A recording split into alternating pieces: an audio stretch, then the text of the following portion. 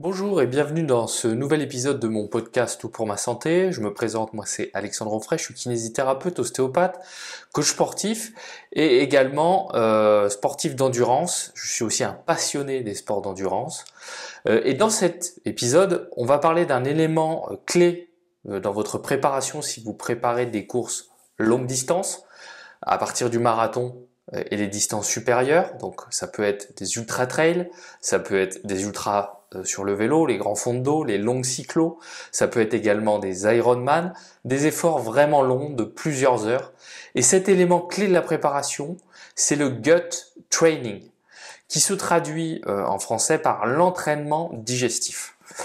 Donc c'est un élément clé tout simplement parce que l'objectif du gut training, ça va être d'entraîner votre système digestif à manger et boire pendant l'effort, en tout cas à ce qu'il soit capable de manger plus, boire plus et bien absorber les aliments sans souffrir de troubles digestifs.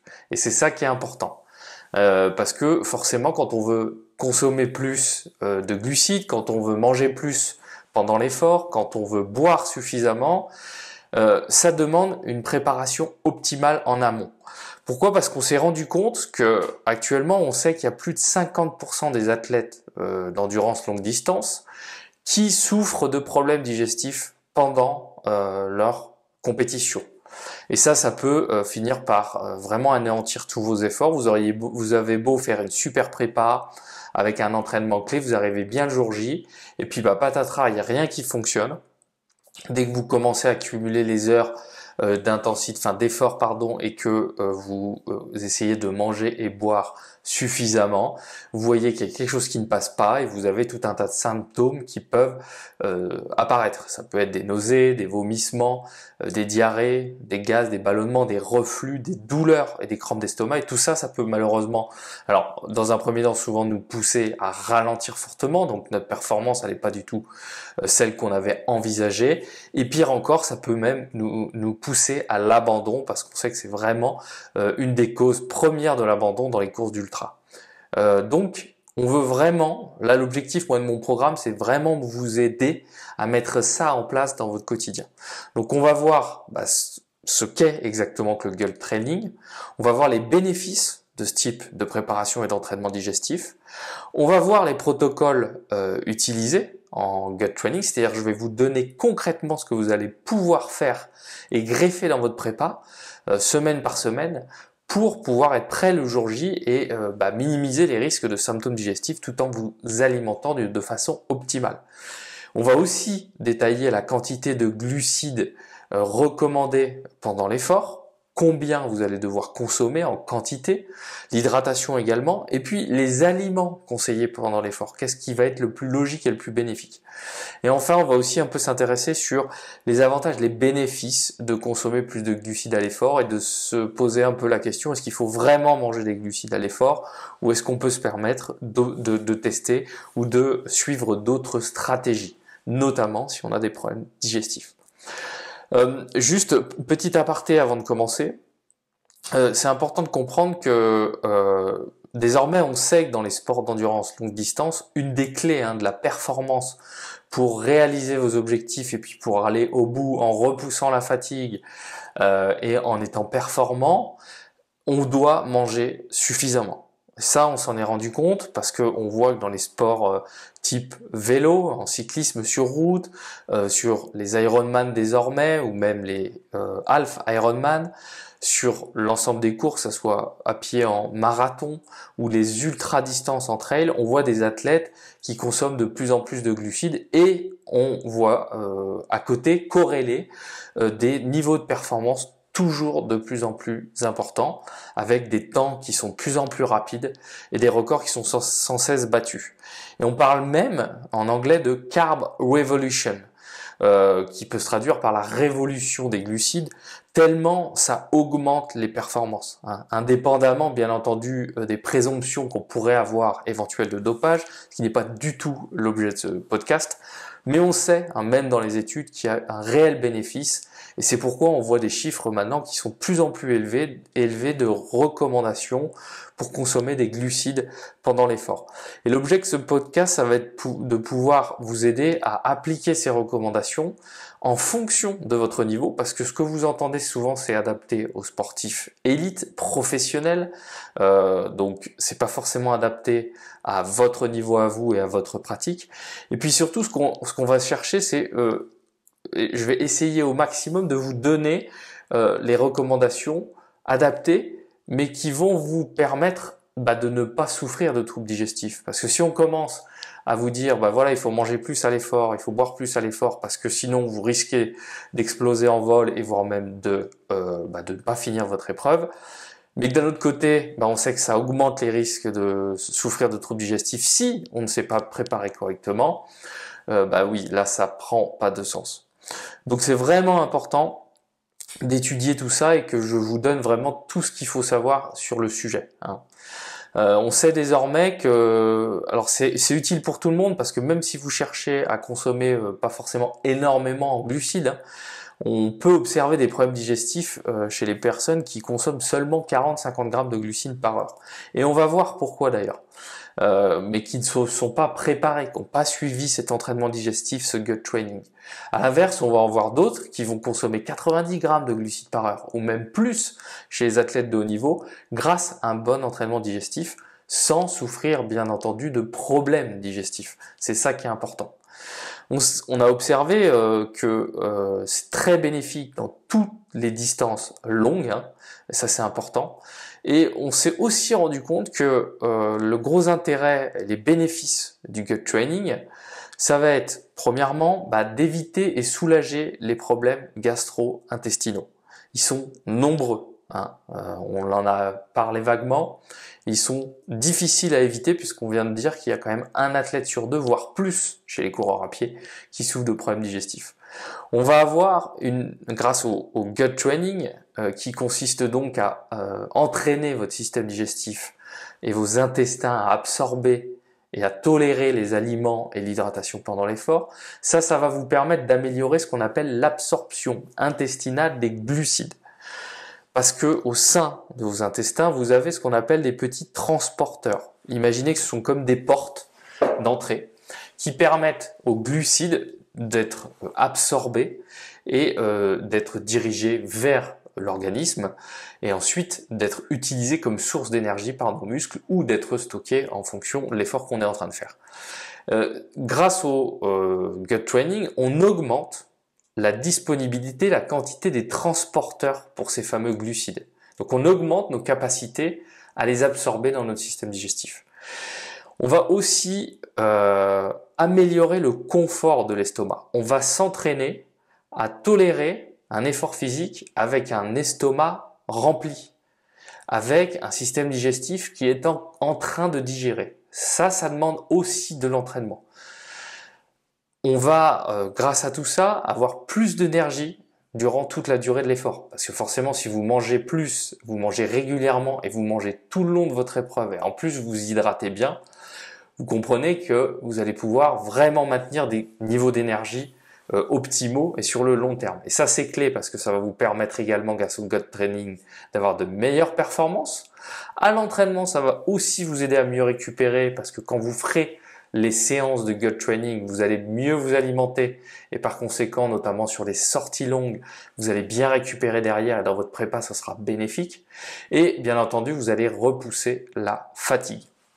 Un élément intéressant à comprendre, c'est qu'on a eu une étude intéressante il y a quelques années, en trail notamment, où ils ont testé de faire consommer aux athlètes des quantités différentes de glucides par heure sur une épreuve d'ultra. Donc c'était une distance marathon avec beaucoup de dénivelé.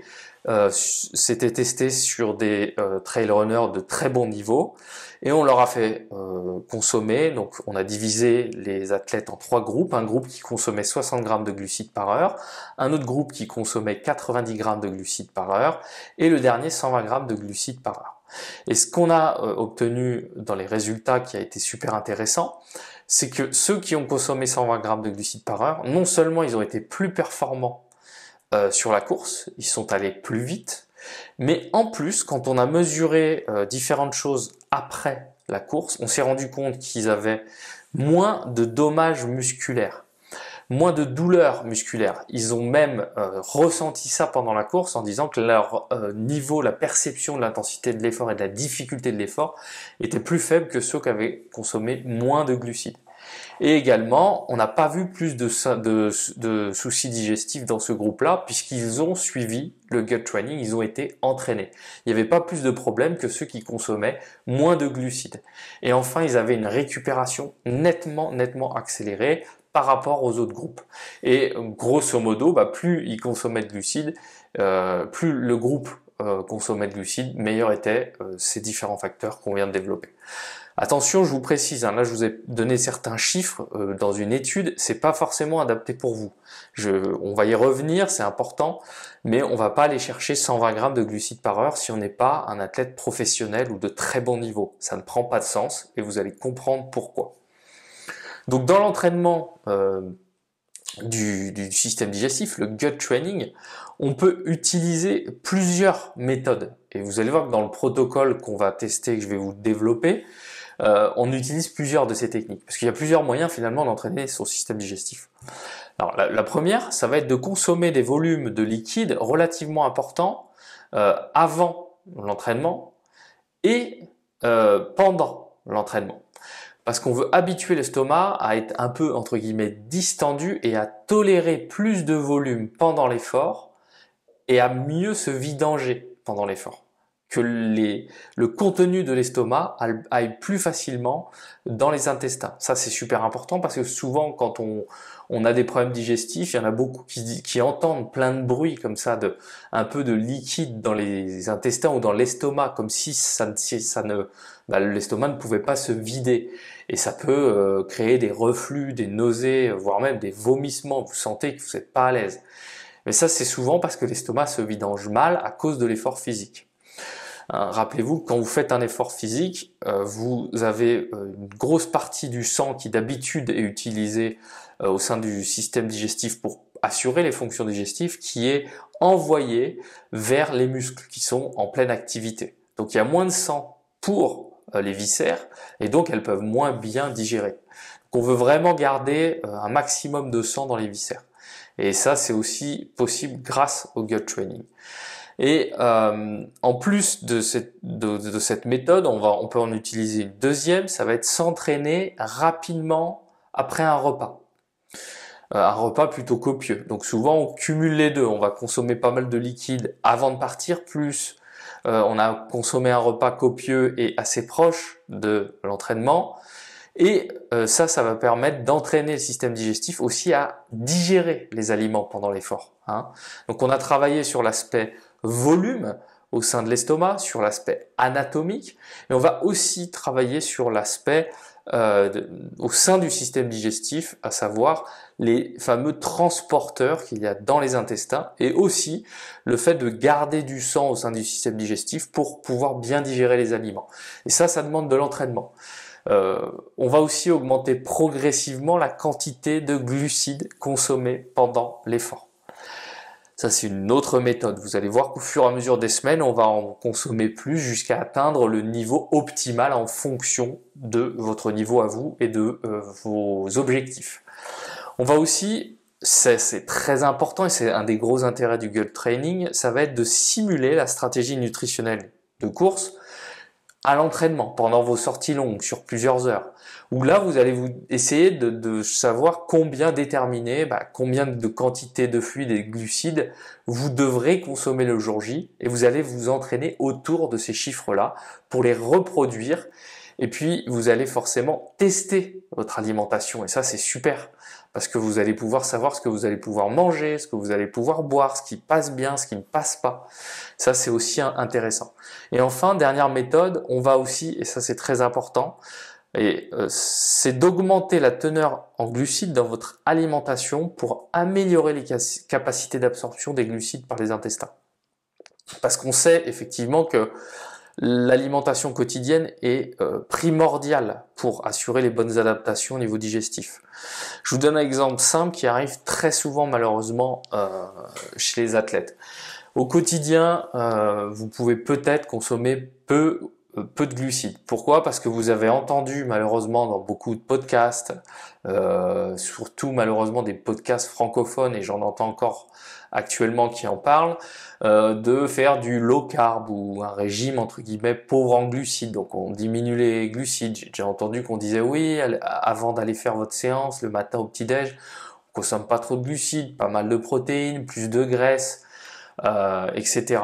Alors le low carb, faut savoir que en gros, l'intestin, il s'adapte à ce qu'on lui donne. Si vous faites du low carb au quotidien et que vous vous privez sur les glucides, et qu'après vous espérez, pendant l'effort et le jour J, consommer 50, 60, 70 grammes de glucides par heure sans avoir de soucis, bah c'est pas possible. Il faut entraîner votre système digestif. Donc s'il est entraîné au quotidien avec du low carb, il va mieux tolérer les autres aliments, et puis le jour où vous allez consommer des glucides, bah ça va pas fonctionner. C'est pourquoi c'est super important d'avoir une alimentation adaptée. Adaptée, une alimentation qui va aussi du coup vous permettre, en plus d'être riche en glucides, de minimiser et réduire les risques de symptômes de troubles digestifs, gastro-intestinaux à l'effort. Et pour ça, j'ai fait un épisode complet sur le sujet, qui a précédé cet épisode de mon podcast. C'est l'épisode numéro 4 et 5, pardon. Et dans cet épisode, vous allez pouvoir retrouver l'ensemble des solutions et notamment l'alimentation à mettre en place au quotidien pour consommer suffisamment de glucides, mais aussi pour limiter les risques de symptômes digestifs. Parce que vous aurez beau faire le meilleur gut training du monde, si dans votre alimentation quotidienne, vous avez des choses qui ont tendance à inflammer votre système digestif, à vous provoquer déjà des symptômes alors que vous n'êtes pas à l'effort, vous n'arriverez pas à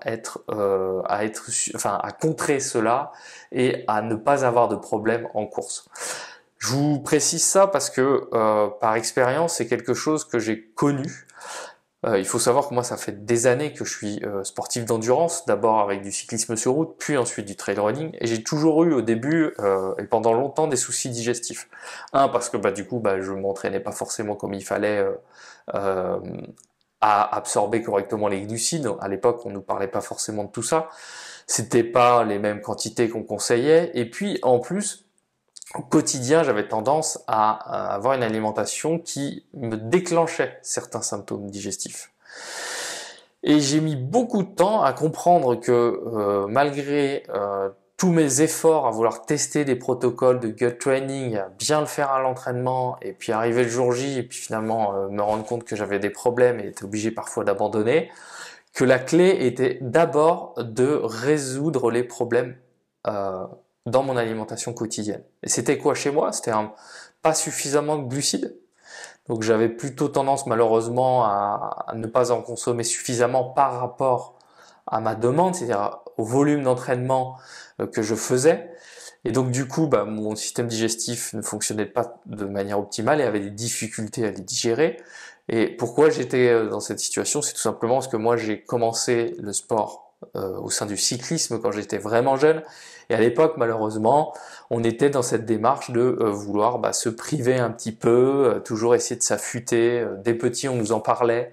On nous disait que fallait pas non plus consommer trop de glucides si on voulait perdre du poids, ce qui est totalement ridicule. Et puis, forcément, on nous a pas du tout instruit sur l'importance de bien s'alimenter et boire à l'entraînement. Au contraire, on nous disait même qu'il fallait s'endurcir à l'entraînement. Comme ça, le jour J, quand on mangeait, on buvait un peu plus, on se sentait mieux. Et malheureusement, année après année, quand on est ado et qu'on est baigné dans un milieu comme ça, on finit par avoir des difficultés après à contrer tout ça. Donc ça a été un long procédé. J'ai aussi donc ensuite retiré les aliments qui, pour moi en tout cas, avaient tendance à me poser des problèmes de digestion. Et c'était quoi? C'était toutes les épices. J'ai retiré le curcuma, j'ai retiré aussi les différentes autres épices, à savoir la cannelle aussi, le curry, ce genre de choses. Voilà, ça c'était pour moi compliqué. On est tous différents, ce sera peut-être autre chose chez vous. La caféine, j'ai eu des périodes avec, des périodes sans. Quand je consomme du café ou du thé, donc des sources de caféine, je vois tout de suite que j'ai des soucis qui reviennent et des symptômes digestifs qui peuvent poser problème. Donc vous voyez, il y a tout un tas de choses à penser et à réfléchir. Donc en plus de mettre les bons aliments dans l'assiette, il faut aussi savoir quoi vérifier pour savoir si tout est OK. Donc écoutez bien ce podcast, hein, c'est très très important, c'est la partie 1 on va dire sur les troubles digestifs à l'effort et vous aurez toutes les infos nécessaires et complémentaires à ce podcast pour pouvoir donc bien appliquer le gut training. Donc, ce qu'on sait au travers des études, c'est que si vous faites bien le protocole de gut training, vous aurez d'excellents résultats. On voit au moins 50% de réduction de l'inconfort intestinal, on voit au moins 50% de réduction de la malabsorption des glucides dans l'intestin. Ça veut dire quoi? Ça veut dire que on arrive mieux à les absorber, donc on en a moins qui traînent dans les intestins qui sont non digérés, qui ont tendance à fermenter, à créer des gaz, des ballonnements, des diarrhées. Et donc, tout ça, ça améliore les symptômes gastro-intestinaux, ça les réduit fortement. Donc c'est super, super important. Voilà. Donc, vous allez pouvoir utiliser les différents protocoles qu'on va voir. Avant, on va parler de quantité de glucides à l'effort. Donc, premièrement, c'est pourquoi on vous conseille de consommer surtout des glucides à l'effort. Donc, ça c'est important de comprendre parce que vous allez tout de suite comprendre pourquoi il y a autant de bénéfices et puis de suite comprendre pourquoi je vous ai un peu parlé de ces histoires aussi de low carb qui étaient un peu étonnant parce que j'ai un petit peu critiqué cette démarche, non pas parce que moi je trouve ça ridicule, mais tout simplement parce que dans la littérature scientifique et les recherches, il y a encore 5-6 ans, on voyait des choses qui se manifestaient en pratique chez les professionnels, etc. Donc on se disait, bon, peut-être. On voyait certains athlètes faire du low carb sur certaines sorties, certains entraînements. On a vu certaines photos de courses ou matin de course où les gars mangeaient un avocat et du saumon fumé. Et donc c'est devenu assez populaire et je sais qu'en France c'est encore très très très pratiqué. Seulement depuis on a fait plein d'études sur le sujet et il s'avère que quand on regarde la littérature, il n'y a aucun intérêt à faire du low carb et il n'y a rien qui puisse justifier de ne pas consommer suffisamment de glucides et de privilégier les glucides comme source d'énergie pendant l'effort physique, que ce soit à vélo, en course à pied, en trail, en triathlon, peu importe. Et c'est intéressant parce que maintenant, du coup, en pratique, les sportifs de haut niveau, ils consomment énormément de glucides, et même à l'entraînement.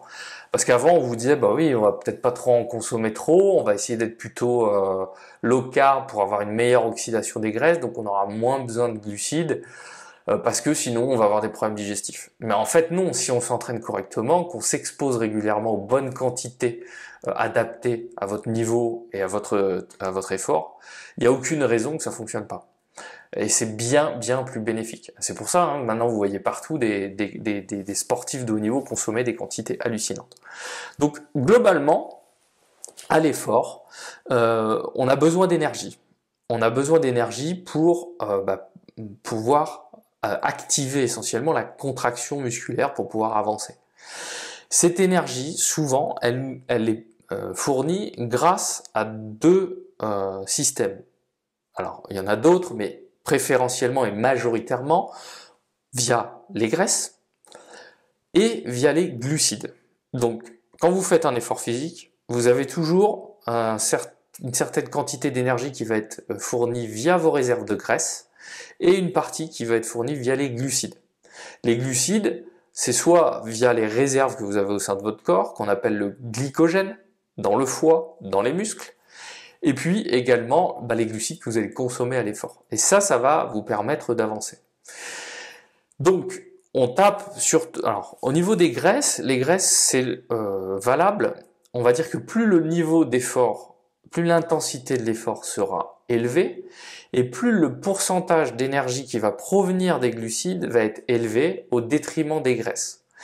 Donc si vous êtes dans un effort facile, en endurance, à un rythme vraiment facile et que vous pouvez parler, vous êtes vraiment, c'est très facile hein, le niveau. Là, vous avez de grandes chances, si tout se passe bien, que vous vous entraînez régulièrement, que vous êtes un athlète qui a quand même un certain entraînement derrière lui, vous allez surtout brûler plus de graisse que de glucides. Et puis progressivement, lorsque vous allez passer un effort où vous commencez à vous essouffler, là vous allez commencer à brûler plus de glucides, moins de graisse, et quand vous êtes vraiment dans un effort soutenu, vous allez utiliser plus de glucides, nettement plus que de graisse, et à la fin, quand on est vraiment en un rythme seuil et plus, on consomme peu de graisse à l'effort. Alors, les graisses, on en a beaucoup en réserve. On en a, même si on est affûté, suffisamment pour fournir des milliers de calories et on n'en manquera pas. Donc on n'a finalement aucun intérêt à les consommer à l'effort.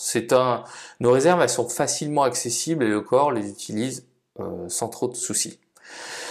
Par contre, au niveau des glucides, on a des réserves qui sont très limitées. Je vous ai dit, les glucides sont stockés sous forme de glycogène dans le foie et dans les muscles.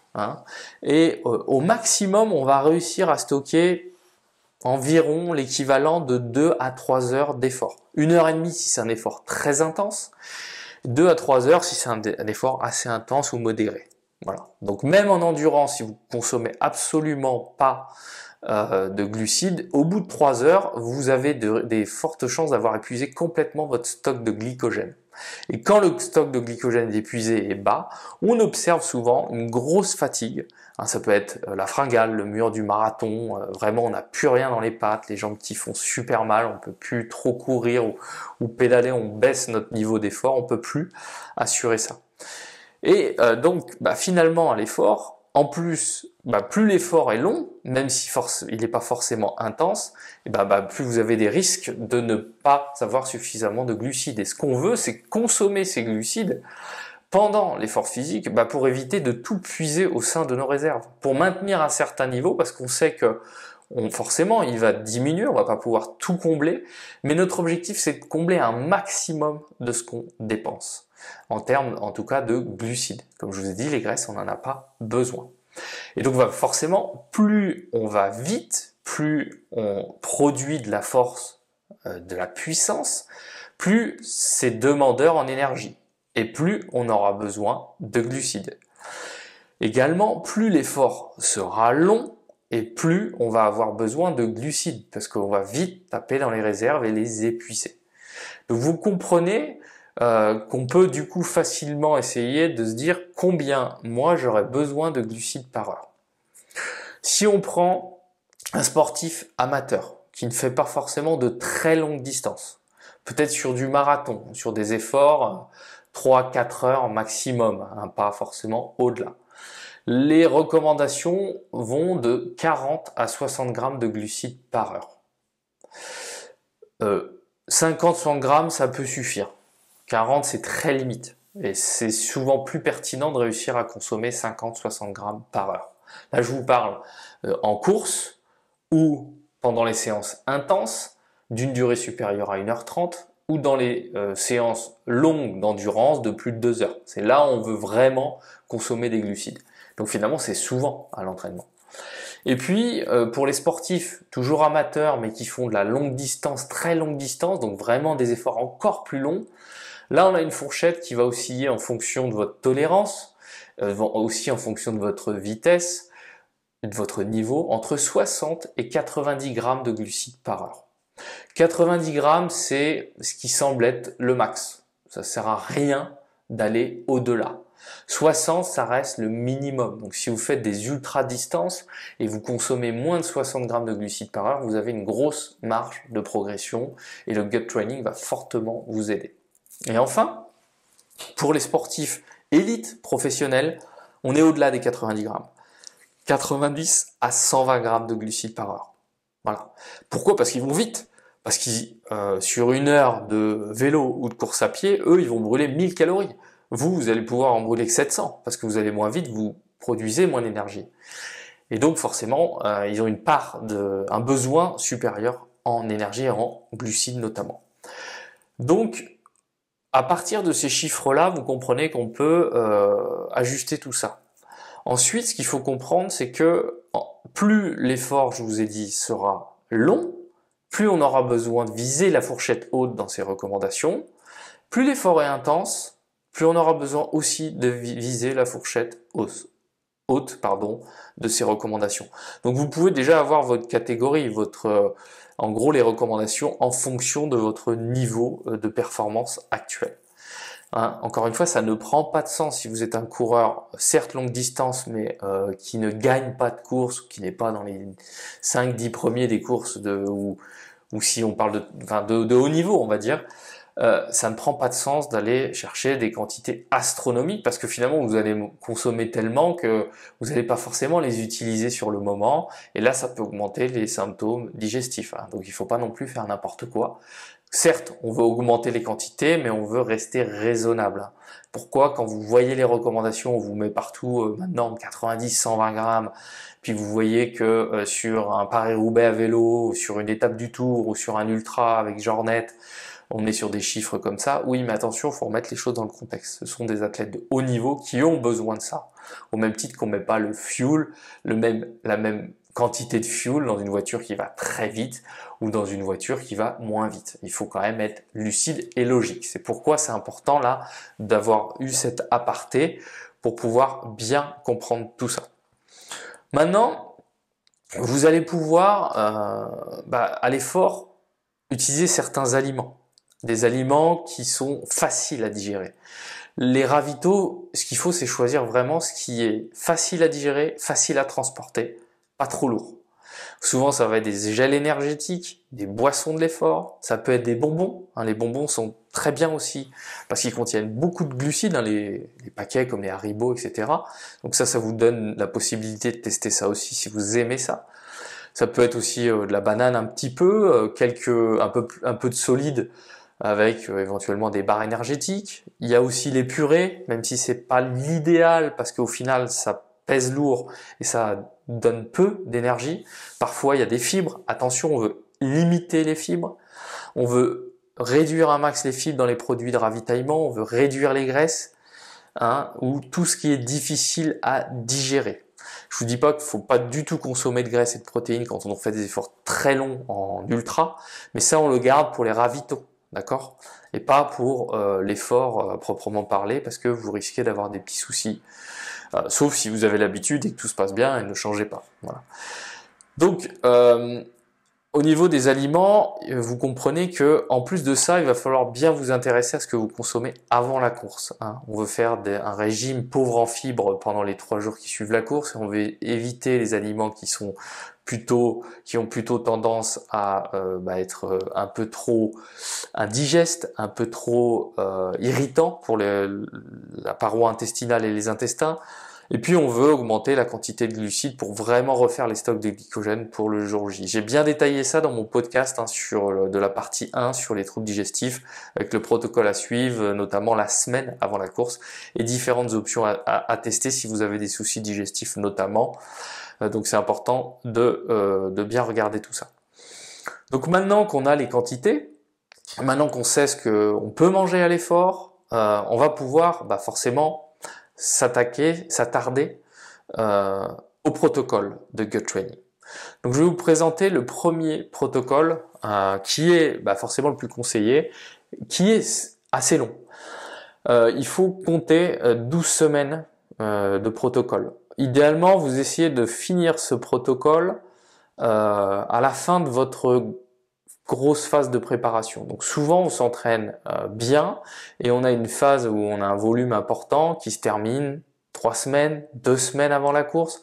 Puis après les 2 dernières semaines, on allège quand même plutôt les entraînements, on fait plus trop les sorties longues, etc. Donc on verra qu'il y aura une phase de maintenance et je vous expliquerai quoi faire pendant cette phase de maintenance. Mais le protocole qu'on voit là, il est à utiliser jusqu'à la fin, jusqu'au jour J. Mais voilà, la phase de maintenance, on va en parler juste à la fin. Donc là, on considère qu'on veut terminer le jour où vous avez fait votre gros bloc d'entraînement. Donc à partir de là, vous comptez au moins 12 semaines. Donc l'objectif, ça va être d'augmenter la quantité de glucides. Si vous faites des entraînements longue distance, comme on l'a vu, hein, on va prendre l'exemple de, je pense, beaucoup d'entre nous, c'est-à-dire ceux qui font des épreuves vraiment longues, 60 à 90 grammes de glucides par heure. Voilà, c'est un peu la fourchette qu'on va vouloir chercher. Et au niveau des fluides, des liquides, on est sur du 400 à 800 millilitres en moyenne par heure, en fonction forcément de la température, en fonction des conditions climatiques générales, l'humidité, en fonction de votre gabarit, des quantités de sueur que vous perdez. Donc ça, c'est à vous de déterminer ça et de tester à l'entraînement. Et puis ce qu'on va vouloir, donc, c'est se dire, bon bah le jour J, ma course, théoriquement, c'est au mois d'août, il va faire chaud. Donc, je vais être obligé de consommer sûrement au moins 800 ou 700 millilitres de fluide par heure. Donc, je vais m'entraîner à rechercher, à cibler cet objectif. Et notre objectif principal de fond, c'est de pouvoir faire tout ça sans avoir de problème digestif. Donc, on va utiliser plusieurs phases dans le protocole pour entraîner notre ventre. Au même titre qu'on va entraîner nos muscles pour qu'ils se renforcent, pour qu'ils aient moins de dommages musculaires à l'effort, pour qu'ils soient plus endurants, qu'ils aient plus de force. On va entraîner notre système cardiovasculaire, on va vouloir augmenter tout un tas de facteurs, on va vouloir être plus performant. Et ben là, on veut aussi entraîner nos intestins, tout simplement. Ils s'entraînent tout autant, ils s'adaptent tout autant. Il n'y a pas que les muscles qui ont besoin d'un entraînement spécifique. Phase 1 du protocole, cette phase elle va durer 2 semaines. Sur cette première phase du protocole, vous choisissez 2 à 3 séances par semaine. Plutôt des entraînements, on va dire, courts. 1 heure, c'est pas mal, 45 minutes de footing ou 1 heure. Et on va chercher à s'entraîner juste après avoir consommé un repas riche en glucides. Alors pas juste après, je vais vous dire exactement quand. Et également après avoir consommé pas mal d'eau juste avant de partir. Donc on l'a vu, là l'objectif premier, c'est de vraiment améliorer les capacités du système digestif à faire un effort, le ventre distendu, plein, donc que ce soit estomac, intestin.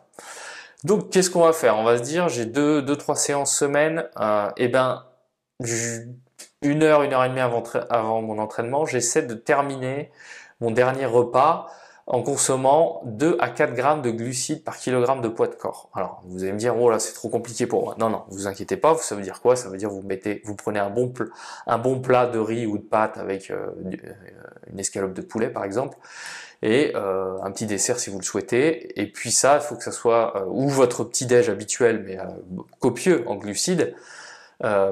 Et vous allez le terminer 1 heure à 1 heure et demie avant de partir. Donc on se force à partir plus tôt et pas attendre, comme on dit souvent, 2 heures, 2 heures et demie avec la digestion. Et juste avant de partir, vous allez consommer 500 à 600 millilitres d'eau. Juste avant. Vraiment pour augmenter la quantité dans l'estomac.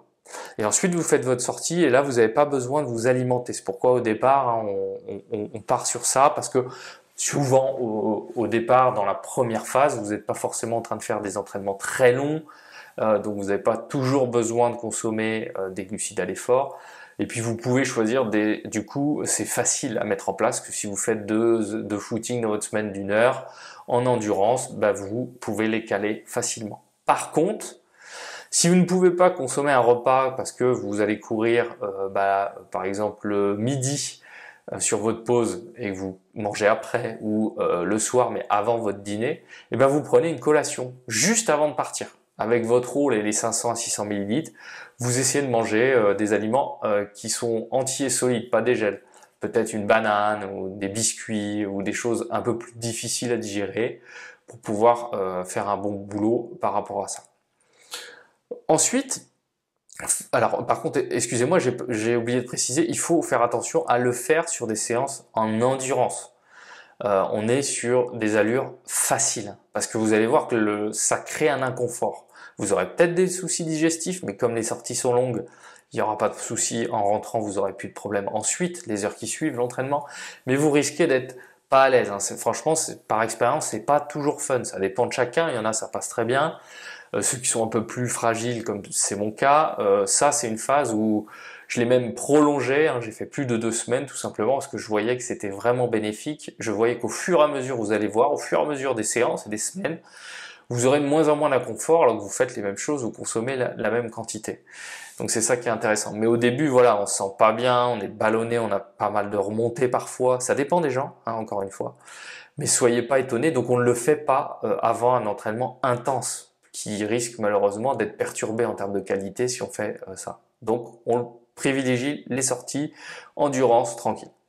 Phase 2, vous allez pouvoir passer à nouveau à 2 semaines. Donc là, on enchaîne avec, on garde un peu la même stratégie que précédemment, mais on va vouloir ajouter des glucides pendant l'effort et de la boisson pendant l'effort. Donc on va vouloir encore plus augmenter le volume gastrique pendant l'effort et la digestion. Donc en termes, donc on garde le protocole précédent, mais on ajoute ça pendant la séance. 2 séances par semaine, 3 si vous le pouvez. Là, faut le faire quand même sur des sorties. Alors si vous n'avez pas le choix, ça peut être pratiqué sur des sorties courtes. Le problème, c'est que du coup, vous allez consommer pas mal de calories sur une heure d'effort, donc à réajuster sur les autres moments de votre journée pour ne pas vous retrouver à trop manger sur l'ensemble de votre journée. Donc idéalement, essayez de le faire sur au moins une sortie longue, comme ça vous pourrez le pratiquer facilement, parce que vous aurez besoin de vous alimenter quoi qu'il arrive. Et puis peut-être une autre sortie assez longue dans votre séance, dans votre semaine de 1 heure et plus. Voilà. Ça vous fait 2 séances semaine, c'est très bien. Et là, on va donc essayer de consommer minimum, c'est déjà bien de commencer par là, 40 grammes de glucides par heure. Donc, 40 grammes, c'est, on va dire, 2 gels, si ce ne sont pas des gros gels ultra concentrés, 2 gels, donc un toutes les demi-heures. Donc vous partez, et puis au bout d'une demi-heure, vous prenez un gel, au bout d'une demi-heure, un autre, etc. C'est encore mieux plus tôt que de prendre, à la place des gels ou des glucides sous forme liquide, de privilégier là, à cette phase, les aliments solides. Des fruits, des pâtes de fruits, des bars, des bonbons, des pâtes d'amandes, voilà, un peu plus de solide pour que ça remplisse plus l'estomac. Des fruits entiers frais comme une banane, ça c'est pas mal. Donc, par exemple, vous pouvez tout à fait prendre une banane toutes les 30 minutes, ça va vous fournir à peu près 50 grammes par heure. Vous pouvez prendre une pâte de fruits, une banane, ou une barre d'amande, une banane, ou une barre, une banane, minimum en tout, donc un toutes les demi-heures, ou un toutes les 20 minutes si vous le souhaitez, mais c'est pas la priorité. Là, on cherche juste à faire ça. Et en plus, on va vouloir boire. On va boire toutes les 20 minutes. Donc parce qu'on sait que toutes les 20 minutes, c'est mieux de consommer son eau un peu plus en quantité et espacée que des toutes petites gorgées toutes les 5 minutes. Je sais, vous avez sûrement entendu l'inverse, mais dans les recherches scientifiques modernes et actuelles, on a vu que la vidange gastrique était stimulée quand on buvait plus et toutes les 20 minutes. Donc là, vous allez commencer par 100 à 150 ml d'eau toutes les 20 minutes, pour pouvoir bien vous habituer à vous hydrater correctement, après avoir fait le protocole de la phase 1, bien entendu, avant votre effort. Donc on ajoute ça à ce qu'on faisait déjà avant. On a fini la phase 2, et on passe à la phase 3. Donc pareil, là l'objectif à chaque fois, si vous voulez, c'est là où on peut ajuster la durée des phases, c'est si vous voyez qu'il n'y a aucun souci digestif et que vous êtes à l'aise, vous pouvez passer plus vite de la phase 1 à la phase 2. À l'inverse, si vous avez déjà des galères sans manger pendant l'entraînement avec le protocole de la phase 1, il faudra attendre que les symptômes commencent à diminuer avant de passer à la phase 2. Et c'est un peu comme ça qu'on fonctionne tout le long. Donc si tout est OK au niveau de la phase 2, vous avez fini vos 2 semaines, vous passez à la phase 3. 2 semaines à nouveau. Là, on va rester sur le même concept qu'on vient de voir. Donc on va reproduire ce qu'on fait déjà. On va juste essayer d'augmenter les quantités, parce qu'on veut augmenter la tolérance à l'effort. Les capacités à absorber et à tolérer un peu plus sans souffrir de symptômes digestifs. Là, en l'occurrence, on risque d'en avoir, mais c'est normal puisque c'est la phase de protocole. Donc c'est normal d'en avoir un peu. Si vous n'en avez pas, tant mieux. Si vous en avez un peu, mais que c'est pas une horreur, ça va. Si c'est vraiment infernal et vous ne pouvez pas finir votre sortie, votre run ou votre course, bien entendu, il faudra diminuer les quantités ou continuer les phases précédentes. On augmente les quantités, on essaie d'aller chercher les 60 grammes de glucides par heure, toujours avec plutôt des aliments solides. Et vous allez pouvoir prendre une boisson, 200 millilitres cette fois-ci, toutes les 20 minutes. Et ça, vous le faites 2 séances par semaine minimum, 3 si vous le pouvez. Toujours pareil, on essaie de cibler sorties longues, sorties un peu moyennement longues, mais on évite au début peut-être les intensités. Par contre, si vous sentez que vous êtes à l'aise et que vous pouvez le faire sur une séance 1h30 avec un peu de fractionné et que ça vous empêche pas de faire ça de façon qualitative, si le fractionné n'est pas hyper intense, c'est un peu de tempo ou du rythme un peu modéré, ça peut être pertinent de le faire sur cette séance-là parce que c'est là où vous avez le plus besoin de glucides. Vous comprenez la logique dans la démarche. Là, on est sur une phase où on peut se permettre de choisir des entraînements intenses tant que vous arrivez à faire votre séance correctement et puis une sortie longue forcément. On est OK, on a validé, vous arrivez à consommer 60 grammes, vous sentez que vous êtes bien adapté. Là, on va passer à la phase 4, 2 semaines. Cette phase 4, on va essayer d'aller chercher un peu plus loin, voir jusqu'où on peut aller en fait. Jusqu'où on peut aller avant de se sentir... Alors, avant de sentir qu'il n'y a plus trop de bénéfices dans nos entraînements, qu'on ne se sent pas forcément mieux, qu'on n'a pas l'impression de mieux récupérer, ou d'être plus endurant, ou d'être moins fatigué sur notre séance. Puis surtout, avant que les symptômes ne s'amplifient vraiment. Donc, on augmente la tolérance, on essaie toujours de rester sur le même type d'alimentation et on va chercher du 60 à 80 grammes cette fois-ci par heure. Donc, on peut introduire de la boisson de l'effort aussi. Si vous en consommiez avant, c'est très bien, mais là, c'est aussi le moment. Pourquoi? C'est parce que c'est bien d'avoir une partie de votre stratégie alimentaire de votre énergie fournie via un peu plus du liquide, boisson de l'effort ou des gels ou un peu des deux, et puis une partie avec un peu de solide. Mais faut pas oublier que si vous avez des soucis digestifs le jour J en course, au moins si vous avez des formes liquides, vous pouvez quand même absorber et continuer à fournir de l'énergie à votre corps plus facilement, parce que consommer des barres ou des choses un peu solides quand on a des gros problèmes et qu'on a mal au ventre, c'est très compliqué. Par contre, comme il faut vraiment continuer à boire, on fait d'une pierre deux coups.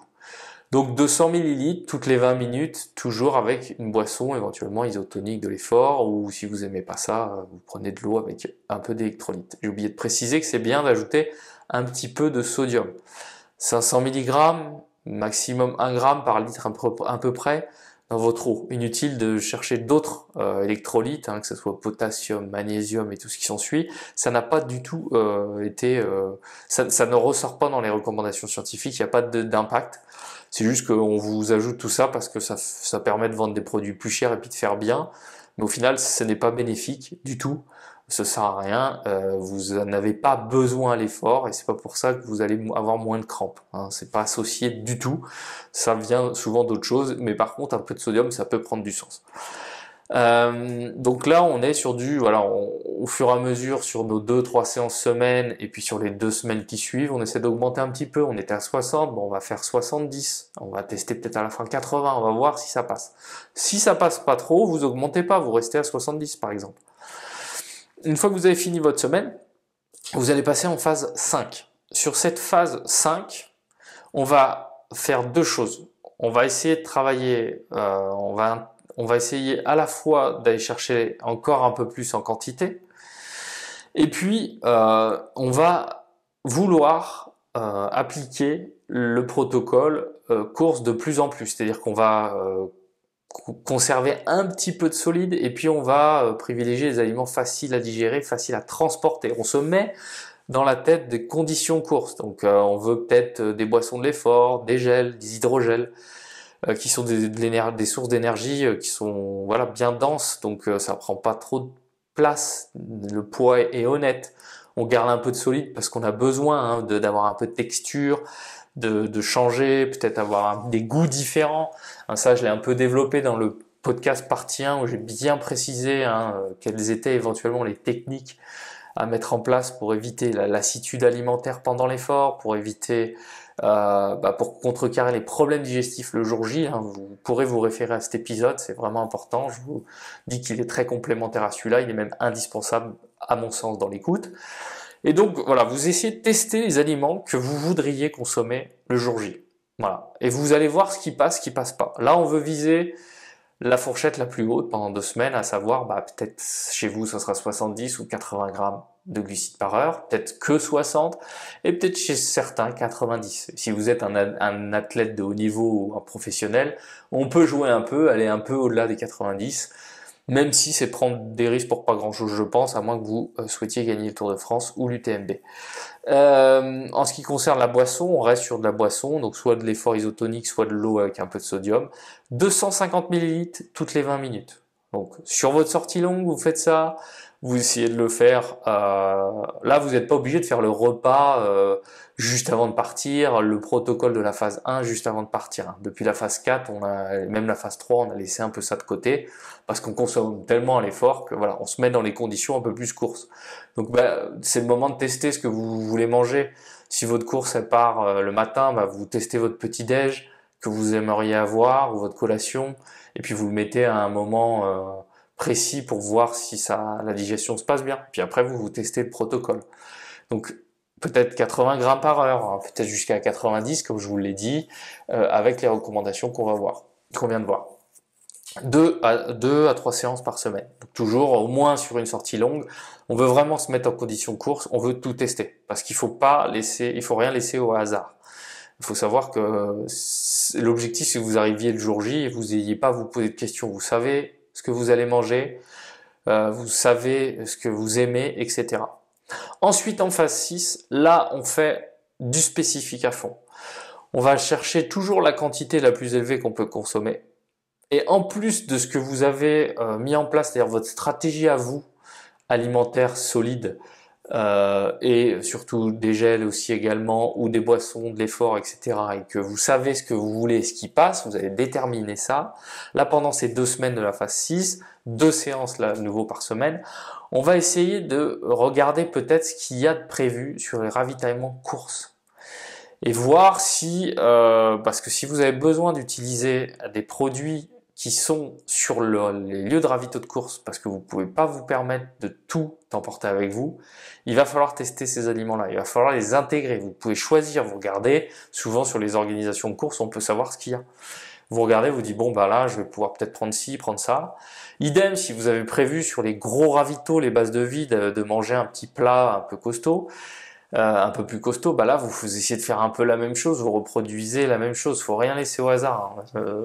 Là sur une sortie longue, peut-être qu'en milieu de sortie vous pouvez manger un petit sachet de pâtes que vous avez emmené ou une purée que vous avez prévue ou pourquoi pas un petit sandwich, voilà, des trucs un peu solides juste pour tester si ça passe bien pendant votre protocole. C'est pas obligatoire, hein. Il y en a qui n'ont pas besoin de consommer vraiment tout ça et qui peuvent tout faire avec des produits de l'effort sur des heures et des heures. Ça c'est très individuel et souvent plus on a un niveau important, donc on a des intensités d'effort élevées, plus c'est compliqué de manger du solide, en tout cas souvent. Donc c'est à vous de voir.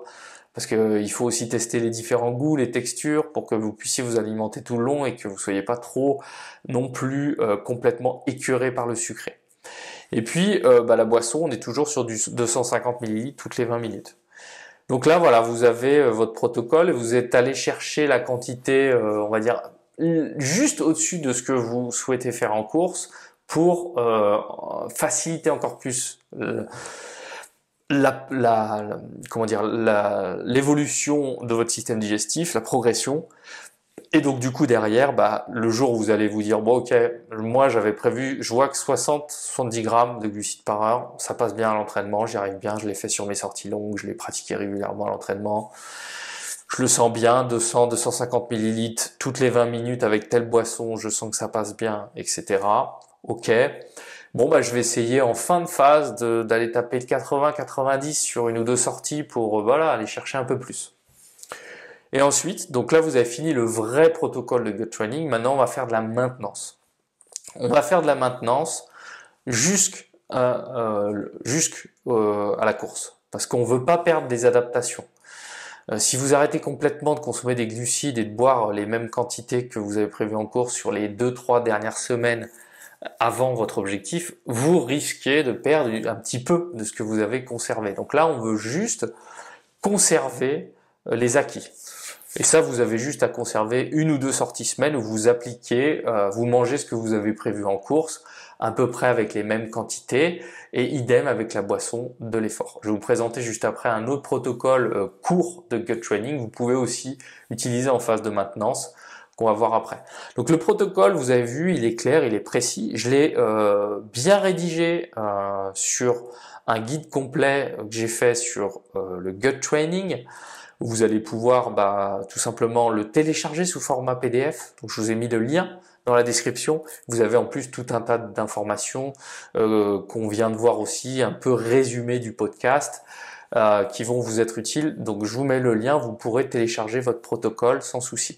Ce protocole, c'est une version modifiée, adaptée, qui provient du nutritionniste Heitor Viribai, qui est lui, donc a fait énormément de travaux de recherche, qui a participé à cette fameuse recherche, je vous ai dit en début de podcast, sur le trail running et les effets de plus de glucides à l'effort sur les performances, sur les dommages musculaires, parce qu'on réduit réellement les dommages musculaires, on a moins mal aux jambes, on a moins de dégâts, de douleurs, de lésions musculaires, grâce à cette stratégie de consommer plus à l'effort.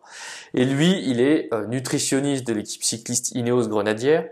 Il est désormais maintenant nutritionniste et scientifique pour l'équipe Salomon, Team Salomon Running, et il a collaboré pendant de nombreuses années avec Ilan Jornet. Donc c'est vraiment quelqu'un qui est à fond dans le trail, à fond dans le vélo, à fond dans les sports d'endurance et qui vraiment donne des protocoles, un super protocole intéressant parce que c'est vraiment son domaine.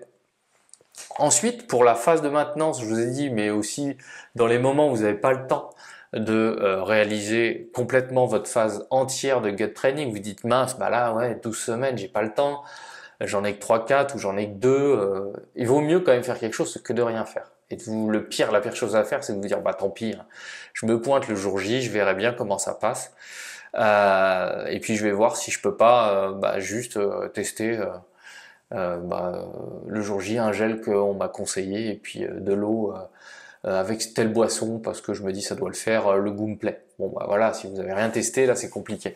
Qu'à la place, vous pouvez au moins utiliser ce protocole court de gut training. Alors le protocole court, vous pouvez le faire 2-3 fois par semaine sur des séances d'1 heure. Donc c'est pas contraignant. Vous pouvez le faire sur des séances plus longues si vous le souhaitez. Là je vous donne la version la plus simple. On va vouloir être capable de consommer au moins 60 grammes de glucides pendant votre heure d'effort, ou plus si vous faites plus d'1 heure, hein, et puis 400 à 800 millilitres de fluide par heure. Et ça, c'est l'objectif, c'est de ne pas avoir de troubles digestifs. Donc qu'est-ce que vous allez faire? Juste avant de partir, vous allez consommer 500 millilitres d'eau et 20 grammes de glucides. Ça peut être une banane, par exemple, avant de partir, une barre, voilà, vous regardez à peu près l'équivalent de 20-25 grammes de glucides. Juste avant de partir, courir, ou faire du vélo, ou peu importe l'entraînement. Ensuite, toutes les 20 minutes, vous allez rajouter 20 grammes de glucides. Donc au bout de 20 minutes, vous prenez 20 grammes de glucides, vous choisissez ce que vous souhaitez. Ça peut être des fruits secs si vous voulez vraiment avoir des choses plus difficiles à digérer, ou directement ce que vous avez prévu le jour J à l'effort. Ça peut être un gel, ça peut être voilà, c'est le moment aussi de tester là, puisque vous n'avez pas trop pu le faire au préalable. Et puis 150 millilitres minimum d'eau toutes les 20 minutes. Donc au bout de 20 minutes vous faites ça, vous refaites ça au bout de 40 minutes. Et puis si vous avez fini votre sortie au bout d'1 heure, vous stoppez. Si toutefois vous faites plus long, vous continuez toutes les 20 minutes. Vous pouvez le faire donc sur une sortie longue. Vous faites sur 2-3 séances par semaine. Et ça peut être utile aussi si par exemple vous avez fait votre gut training, protocole long, complet, que vous avez fini votre objectif, ça s'est bien passé, et puis 6 ou 8 semaines après vous avez à nouveau une compétition qui se profile, vous pouvez utiliser cette maintenance-là avec cette stratégie simplifiée qui peut vous permettre du coup d'entretenir et de continuer à travailler, parce que c'est comme tout, si vous arrêtez l'entraînement, vous allez perdre une partie de ce que vous avez gagné pendant votre prépa, surtout si vous stoppez complètement. Là c'est un peu pareil, on veut toujours continuer un petit peu à consommer ce qu'il faut au préalable. Voilà, vous pouvez retrouver tout ça dans mon guide avec ce petit protocole bien décrit. Donc c'est important, je voudrais préciser une chose qui est vraiment cruciale je pense en sport en général, c'est que souvent, malheureusement, on n'a pas le réflexe de travailler suffisamment son alimentation. On est encore trop dans cette logique d'esprit où on se dit, et c'est aussi valable avec la population entre guillemets non sportive lambda et la vision qu'ils ont du sportif, c'est bon, bah tu fais du sport, tu fais attention à ce que tu manges, oh bah, tu manges rien parce que tu es sportif. En fait, il faut comprendre que c'est tout l'inverse. Maintenant, on a compris que si vous faites du sport régulièrement, et je parle bien de sportif régulier, pas de quelqu'un qui fait 2 heures de sport ou 3 heures de sport par semaine, mais quelqu'un qui prépare des courses longue distance ou qui s'entraîne régulièrement, qui a des entraînements intenses, euh, on doit, on brûle beaucoup d'énergie. Faut imaginer que si vous faites 1 heure en endurance et que vous avez un niveau normal, que ce soit en course à pied, à vélo, vous êtes vite entre 500 et 700 calories par heure en endurance. Donc vous vous rendez compte que ça va vite. Et donc du coup, bah 500, 700 calories, par exemple 500 calories, c'est une tablette de chocolat. Donc pour vous rendre compte de ce que ça peut représenter. Donc si vous voulez, il faut combler les dépenses énergétiques. Donc un des moyens les plus simples, c'est d'avoir une alimentation adaptée, équilibrée, suffisamment de glucides. On essaie de consommer les glucides préférentiellement proches de ces séances d'entraînement, proches des sorties longues, proches des séances intensives où là on consomme un peu plus, le repas d'avant, pendant la séance suffisamment et puis en récupération. Il faut comprendre que on n'est pas dans cette recherche de quand je fais du sport et que je me prépare, je me prive. Je veux absolument m'affûter, je veux perdre du poids. Parce que souvent, si vous perdez du poids, vous irez pas forcément plus vite. Vous aurez peut-être plus de soucis, aussi plus de soucis digestifs, parce que quand le corps a été privé pendant longtemps, les fonctions de l'organisme sont un peu réduites, et on l'observe dans pas mal d'études sur les problèmes chez les athlètes qui ne consomment pas de façon régulière et prolongée suffisamment de calories par rapport à leurs dépenses énergétiques. Donc on veut vraiment être sûr que pendant l'effort, si vous faites plus d'1 heure et demie et c'est intense, ou long et plus de 2 heures, on mange, et c'est le réflexe. Et ça, c'est à faire toute l'année. Et vous allez voir que ça va changer votre pratique sportive. Non seulement vous allez vous sentir bien à l'entraînement, vous allez avoir des bonnes perfs, vous allez bien finir vos séances, vous allez bien récupérer.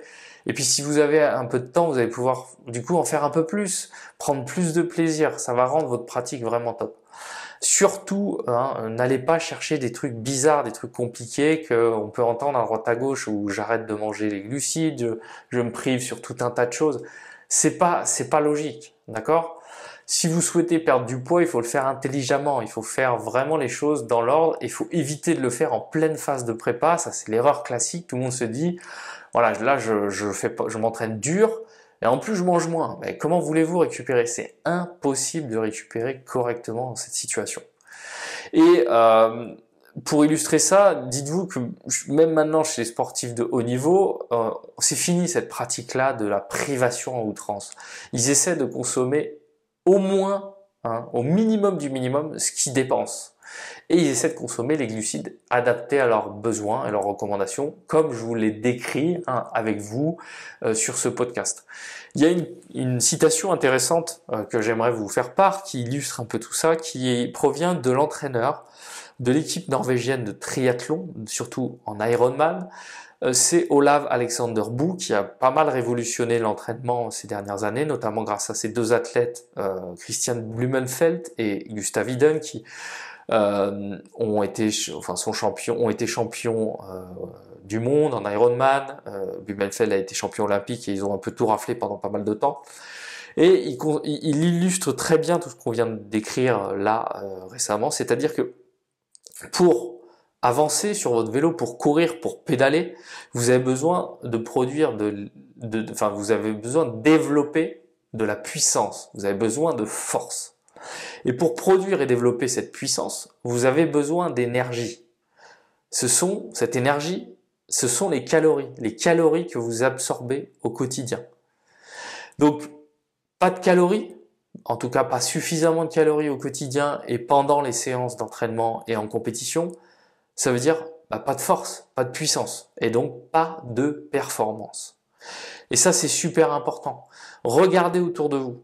Surtout, intéressez-vous aussi pas que à ce qui se fait en France. Malheureusement, il y a encore trop d'athlètes en France qui sont influencés par la nutrition un peu ancienne et dépassée, où on va chercher des protocoles bizarres.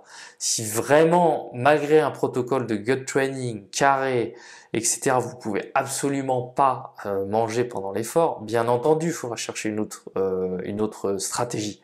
Mais c'est très très rare. Et quoi qu'il arrive au quotidien, il faut toujours au moins combler ses dépenses caloriques si vous voulez progresser. Pas suffisamment de calories, pas de force, pas de progression, pas de récupération. Ça, c'est la clé à comprendre dans tout ça.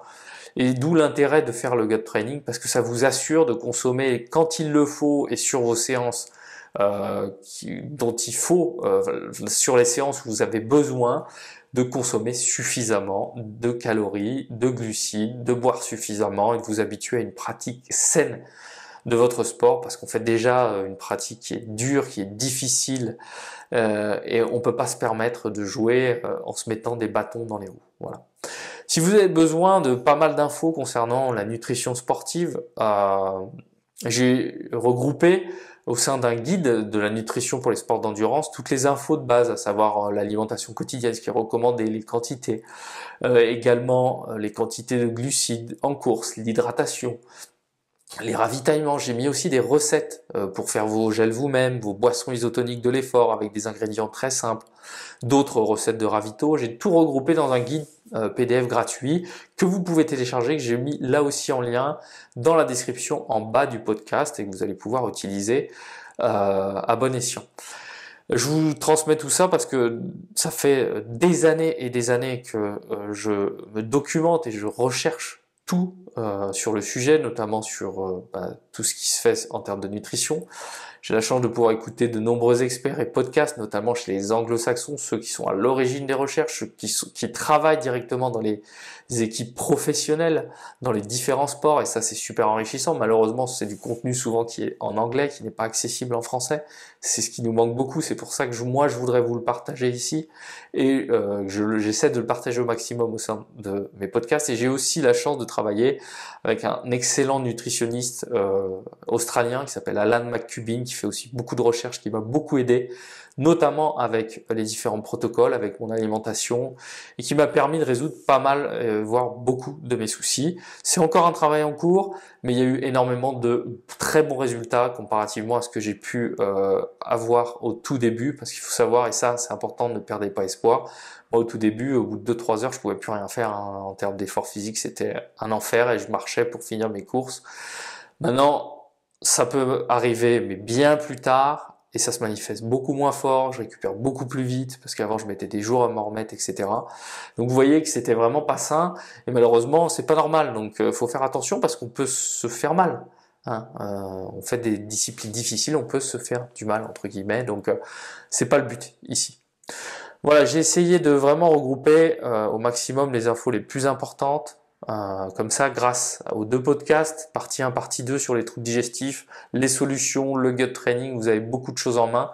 Et le meilleur conseil que j'ai à vous donner, c'est que cette année, fixez-vous comme objectif de garder de l'énergie pendant votre prépa pour travailler sur cet aspect-là. Parce que c'est là que vous aurez le plus de résultats. Et c'est même plus pertinent de dépenser un tout petit peu moins d'énergie à l'entraînement et de ne pas vous prendre la tête avec des séances ultra compliquées ou des séances d'intenses très spécifiques et compliquées. Faites l'essentiel, récupérez bien, ajustez bien votre charge d'entraînement, soyez régulier, consistant semaine après semaine en évitant les coupures prolongées et les trop nombreux jours off enchaînés. Et puis, prenez un peu de votre l'énergie pour vous investir dans cet aspect alimentaire, parce que vous avez vu, c'est simple. On n'est pas dans la privation, au contraire. Et puis, on consomme ce qu'on aime. On n'est pas obligé d'arrêter de manger ce qu'on aime. On est logique dans son approche, parce que, rappelez-vous, pas de fuel, pas d'énergie, pas de fuel, pas de calories, pas de performance, pas de résultat, pas de récupération et pas de plaisir, parce qu'il faut pas oublier ça. On fait notre sport pour notre plaisir, pour notre santé, et il faut jamais perdre ça de vue pour toujours vraiment adapter ce que vous entendez à votre pratique, à vos envies, à vos objectifs, en écoutant votre corps et vos besoins. Voilà, si vous avez apprécié et aimé ce podcast, le meilleur moyen de me soutenir, c'est tout simplement de liker le podcast, de vous abonner à la chaîne pour suivre les futures publications et les podcasts que je vais faire à l'avenir. Vous pouvez également, bien entendu, le partager autour de vous pour pouvoir en faire profiter à ceux qui, à votre sens, en ont besoin. Et puis, vous pouvez vous rendre sur mon site toutpourmasanté.fr pour éventuellement, si vous en avez besoin, utiliser mes différents programmes d'entraînement, que ce soit en vélo, en trail, en course à pied. Je fais pas mal de programmes d'entraînement. Entraînement vélo, j'ai fait des programmes de renforcement musculaire à utiliser à l'année à la maison pour avoir des résultats et pour vraiment être guidé sur les bons exercices et les bonnes séances. Voilà, ça c'est accessible sur toutpourmasanté.fr. Et puis, bien entendu, mes différents programmes d'exercices de soins et de rééducation que vous pouvez faire à la maison pour soigner les pathologies principales du sportif, car malheureusement, on n'est pas toujours bien suivi quand on fait du sport, on n'a pas toujours les professionnels qualifiés qui comprennent notre pratique, qui sont à notre écoute et qui connaissent le sport pour pouvoir bien nous soigner. Donc ça, c'est en lien dans la description du podcast et sur mon site toutpourmasanté.fr. Voilà, donc surtout si vous avez des questions, des suggestions, des commentaires, vous pouvez me contacter ou commenter si vous le souhaitez sur la plateforme que vous utilisez en dessous du podcast ou m'envoyer directement vos questions, vos mails sur mon formulaire de contact de mon site toutpourmasanté.fr. Je me ferai une joie de vous répondre. Si vous avez des difficultés par rapport à tout ça, l'alimentation notamment, n'hésitez pas aussi à me contacter, à me faire part de votre expérience, si je peux vous aider et vous orienter éventuellement vers les bons professionnels de santé, les bons nutritionnistes du sport, je ferai mon maximum. Et surtout, d'ici le prochain podcast, continuez à prendre soin de vous, à bien vous entraîner, à bien vous alimenter, parce que ça, personne ne pourra le faire à votre place. Allez, à très vite.